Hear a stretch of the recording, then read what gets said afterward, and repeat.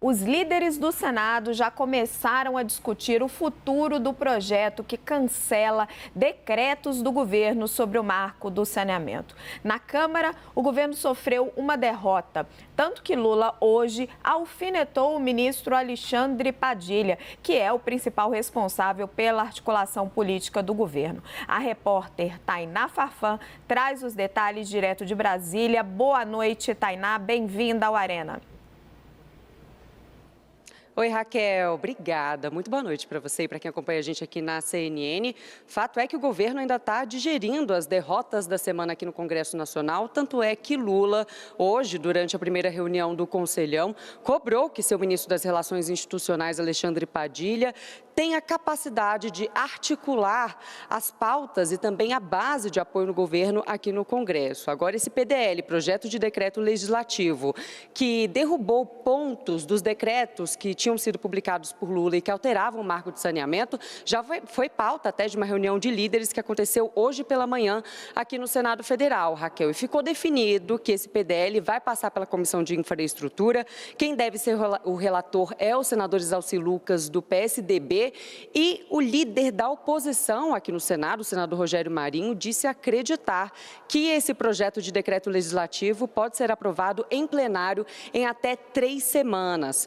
Ontem, a gente acompanhou de perto aqui na CNN que a Câmara dos Deputados aprovou a toque de caixa e com um placar elástico esse decreto legislativo, foi 295 a 136. Logo antes também aprovou o requerimento de urgência que autorizava esse decreto, esse projeto de decreto legislativo a ser apreciado diretamente no plenário da Casa. A gente testemunhou então uma derrota do governo federal essa semana, mais uma depois da retirada de pauta do PL das fake news, que pegou a base governista de surpresa. Esse assunto, de fato, foi uma vitória e um recado por parte do presidente da Câmara, Arthur Lira. Lira que chegou a se reunir com Lula essa semana e deixou claro a insatisfação dos parlamentares na relação com o Palácio do Planalto, em especial com a Secretaria de Relações Institucionais e na demora para a liberação de emendas e de cargos de 2º e 3º escalão. E chamou atenção, inclusive, na votação da Câmara dos Deputados, viu, Raquel, o placar daqueles partidos que têm ministérios no novo governo. A grande maioria dos parlamentares do MDB, União Brasil e PSD votaram a favor da aprovação desse projeto de decreto legislativo. Agora esse PDL está aqui no Senado Federal, onde eu estou nesse momento, e vai caminhar por aqui até a apreciação no plenário da Casa. A ver, até porque a informação que a gente tem é que há também senadores insatisfeitos com essa relação com o governo federal, em especial com a Secretaria de Relações Institucionais. Volto com você no estúdio. Muito obrigada, Tainá. Um bom trabalho para você. Vamos detalhar um pouquinho as informações que ela trouxe. Esse foi o placar que derrubou na Câmara os decretos do presidente Lula que queriam atualizar a lei do saneamento básico. E a gente vai entender agora o desenho dessa votação que levou a uma derrota do governo. Primeiro, a oposição. A oposição, começando pelo PL do presidente Jair Bolsonaro, foram 86 votos a favor do projeto de decreto legislativo que derruba os decretos do governo Lula e nenhum contra. O PP do presidente da Câmara, Arthur Lira, que, enfim, joga junto com o governo às vezes, como quer, mas não é base do governo. 43 votos a favor e 0 contra. O Republicanos teve 33 votos a favor e apenas 1 contra. O PSDB registrou 11 votos a favor e apenas 1 contra. Por fim, o Novo teve 3 votos a favor e nenhum contra. Agora, vamos dar uma olhadinha nos partidos de centro, mas os partidos de centro que estão na base do governo, que tem ministérios dentro do governo. Cada um desses partidos, gente, tem 3 ministérios. O União Brasil foram 48 votos a favor da derrubada do decreto do governo e nenhum voto contra. O MDB teve 31 votos a favor e apenas 1 contra. E o PSD teve 20 votos a favor e 7 contra. Já os partidos de esquerda, aí não surpreende, votaram majoritariamente a favor do governo. O PT votou contra a suspensão dos decretos, com 65 votos a favor e nenhum contra. Falei errado. Nenhum voto a favor e 65 contra. O PSB teve 3 votos a favor e 9 contra. E a Rede só registrou 1 voto contra e nenhum voto a favor da derrubada. O PSOL teve 10 votos contra e 0 a favor. O PCdoB, por fim, computou 6 votos contra e também 0 a favor. Vamos agora para o nosso debate. Hoje o Arena vai tratar de vários temas. A gente vai ter aqui os áudios com a tentativa golpista aí na antessala do Palácio do Planalto, quando o presidente era Jair Bolsonaro. Vamos debater juros, mas estamos começando por essa articulação política que está demonstrando uma forte dificuldade do presidente Lula governar. E Thomas Trauma, muito bem-vindo, prazer receber você aqui no Arena. Começo por você. Meu caro, partidos que têm 3 ministérios cada um, o que ainda estão fazendo na base do governo se não conseguem entregar um voto a favor dele? Boa noite, Raquel. Boa noite a todos. É um prazer estar aqui. Olha, Raquel, acho que a primeira coisa é dizer que o projeto era muito ruim. Primeira coisa inicial.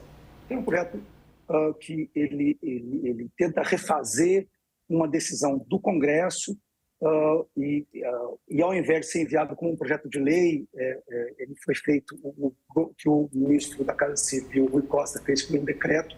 Então havia desde o início já um problema de forma em relação a ele. Ou seja, eles estavam tentando refazer uma decisão do Legislativo através de um decreto interno do Executivo. A segunda questão é que o projeto é realmente errado. Ou seja, ele fazia um retrocesso em relação à lei de saneamento. E, por fim, ele tinha apenas uma iniciativa, que era ajudar as questões locais do ministro Rui Costa na Bahia. Então, nem o próprio governo estava defendendo o projeto. Durante todos os debates sobre isso, o Ministério das Cidades, que é o responsável pela questão do saneamento no Brasil, mal fez um trabalho dentro do Congresso. Então, o que a gente assistiu hoje, ela é uma mensagem, sim, como todo mundo está mostrando, em relação à articulação política do governo, mas eu acho que é mais do que a articulação política, é a desorganização interna. Ou seja, havia uma posição do ministro Rui Costa que não foi defendida por outros ministros. Isso é um alerta? É um alerta. Mas eu acho que nós vamos ver outras votações nas próximas semanas, que essas sim vão dar um tamanho mais claro de qual é o tamanho, qual é a base que esse governo tem no Congresso, que ainda é um grande mistério para a gente conseguir analisar. Joel, vou jogar para você. O Thomas, ele colocou essa questão. Para ele está dizendo que ele acha que a base do governo ainda é um grande mistério. A gente teve aí alguns exemplos, né? A CPMI dos atos golpistas, que acabou aprovada quando o governo não queria. A gente teve a retirada de pauta do projeto das fake news, que o governo queria muito aprovar. E agora esse projeto, esse decreto do saneamento, que acabou derrubado por uma ampla margem. A gente sabe que são assuntos muito diferentes, nos quais o Congresso adquire mesmo uma dinâmica própria. Mas você concorda com essa avaliação de que a base do governo ainda é uma incógnita? Com certeza, o governo se esforça para conseguir projeto a projeto, alguns com mais empenho, outros com menos, conseguir e costurar algum tipo de apoio ali no Congresso. E parece que o preço desse apoio não para de aumentar. A gente vê o governo ligado ainda no dia anterior, quando a gente discutia ainda o PL das fake news. Lula já discutindo abrir 10 bilhões em emendas parlamentares ali para senadores e deputados para conseguir algum tipo de apoio. Governo cedendo cargos, aí a gente fez a contagem aí, quantos partidos têm 3 ministérios no governo e, no caso desse decreto, não entregaram nenhum voto. O governo também não colaborou, né? O governo, nesse caso, tentou por decreto mudar um projeto que, por tudo que a gente ouve do Congresso, do Arthur Lira, estava muito bem sedimentado. Eu acho que a justificativa para o governo também é fraca. Por quê? Porque, na prática, está querendo dar mais prazo, está querendo dar mais tempo para empresas estatais que já se mostraram, ao longo de décadas, francamente, incapazes de fazer o mínimo pela nossa população, que é universalizar o serviço tanto de levar a água, como também de coleta e de tratamento dessa água e do esgoto das pessoas. Então, a gente vive uma situação no Brasil, eu entendo perfeitamente a crítica que é feita a um tipo de fundamentalismo de mercado que diz, não, tem que privatizar tudo sempre, seja como for. Espera lá, também não é assim. Temos casos de privatização de serviços de saneamento que foram revertidas depois, inclusive, porque não deram certo. Agora, a posição contrária, ser dogmaticamente contra e continuar, assim, com a cabeça dura, teimosa, a favor de um modelo estatal que está aí há décadas e que não tem entregado resultados e que apenas renovam contratos sem concorrência, sem competição, sem ter que dar uma meta clara e ser cobrado por não ter atingido essa meta, não dá. É preciso que o Brasil, que precisa de investimentos agora, ainda mais em questões sociais tão centrais como é o saneamento básico. O Brasil precisa de investimento público, precisa de investimento privado também, precisa de capital, seja ele de onde vier. E, portanto, é bom que a gente tenha mais concorrência aí. Se não deu tempo das empresas estatais de alguns lugares se organizarem, bom, já estão aí o quê? 30, 40 anos? Quanto mais prazo a gente vai precisar? Não tem. Uma hora tem que dizer, chega, vamos mudar. Algumas vão ser bem-sucedidas, outras não serão. É do jogo, a gente precisa ter mais dinheiro, a gente precisa ter mais experiências, a gente precisa ter mais tentativas de solucionar finalmente o problema do saneamento básico. Esse decreto do governo só queria adiar um pouco uma mudança que terá que vir. E que bom que o Congresso derrubou. Nesse caso, Raquel, até acredito que seja realmente, puramente por negociação de emendas e tudo. A gente tem visto um pouco uma outra dinâmica às vezes. Acho que não foi tanto a desse caso, mas no PL das fake news, por exemplo, eu acredito que a participação da sociedade civil, seja de empresas, mas também da população, se fez ouvir e os deputados cada vez mais ouvem. Porque no passado era fácil apenas negociar a portas fechadas com o governo, cargos, verbas e aprovar o que for. Agora, pelo menos em algumas pautas que acabam por um motivo ou outro, não sei se bom ou ruim, interessando a população, ouvir o que vem de fora de Brasília acaba importando também. Janaína, falando um pouquinho sobre o que o Joel falou, e aí vou dividir um pouquinho com você a questão política e com ele um pouquinho a questão do mérito. Na questão política, nesses 3 partidos que são base do governo e votaram majoritariamente contrário, no União Brasil, 0 votos a favor do governo do qual ele faz parte. O bastidor na Câmara é que pesou muito o fato deles terem esses partidos, mas que o PT, o partido do governo, não estaria liberando os cargos de segundo escalão, então não teria entregado o que se chama em Brasília do Ministério de Porta Fechada. E também tem uma reclamação muito forte dos deputados de liberação de emendas. O presidente da Câmara, Arthur Lira, teria se reunido com o presidente Lula, cobrado agilidade na liberação dessas emendas. O que está faltando? É o governo Lula melhorar essa relação com o Congresso? Essa relação é assim mesmo? Não tem jeito? Deveria ser de outra forma?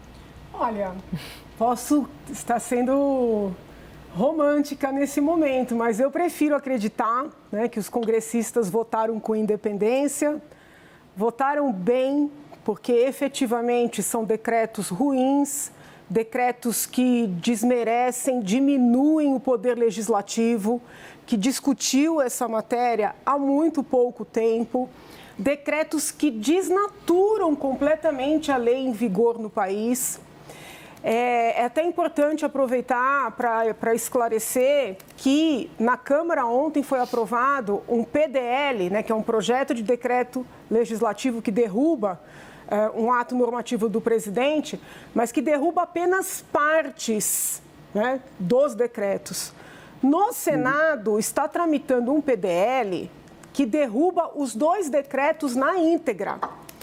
Então, é importante também que a população entender, né, que existem esses 2 caminhos. Eu não sei se quando esse que foi aprovado ontem chegar no Senado, se serão apensados e por uma questão de estratégia, de maior facilidade para ter os votos, se votarão esse decreto esse PDL, projeto de decreto legislativo, que derruba os decretos do presidente em parte, ou se eles tentarão trabalhar no PDL completo que derruba na íntegra. Por óbvio, né? Eu entendo que se derrubarmos na íntegra, seria mais efetivo. Mas, se não houver essa possibilidade, se conseguir manter a votação favorável ao PDL que foi aprovado na Câmara, o Senado também estará de parabéns. É importante esclarecer que a parte que foi derrubada por esse PDL aprovado ontem, ela ajuda muito, ela melhora muito, mas ainda sobram partes ruins. Partes que falam, por exemplo, de empresas públicas como se fossem da própria municipalidade, tendo alguns benefícios ou favorecimentos ou algumas preferências. Então, é importante estar alerta para a íntegra dos decretos também. Não sei se posso acrescentar aqui, no Supremo Tribunal Federal, o Novo impetrou uma ADPF, né, para tentar derrubar também os decretos na íntegra. E, pelo que eu entendi, a Procuradoria-Geral da República disse que não caberia DPF por não ser uma matéria constitucional, porque não seria esse o caminho. Mas é importante consignar aqui, não estou aqui falando contra a Procuradoria-Geral da República, até preciso olhar caso por caso para poder saber se houve contradição na PGR, mas lembrar que no governo anterior, partidos de esquerda questionaram decretos do ex-presidente por meio de ADPF e houve andamento. A gente vai falar já dos caminhos que esse debate ainda vai seguir no Senado.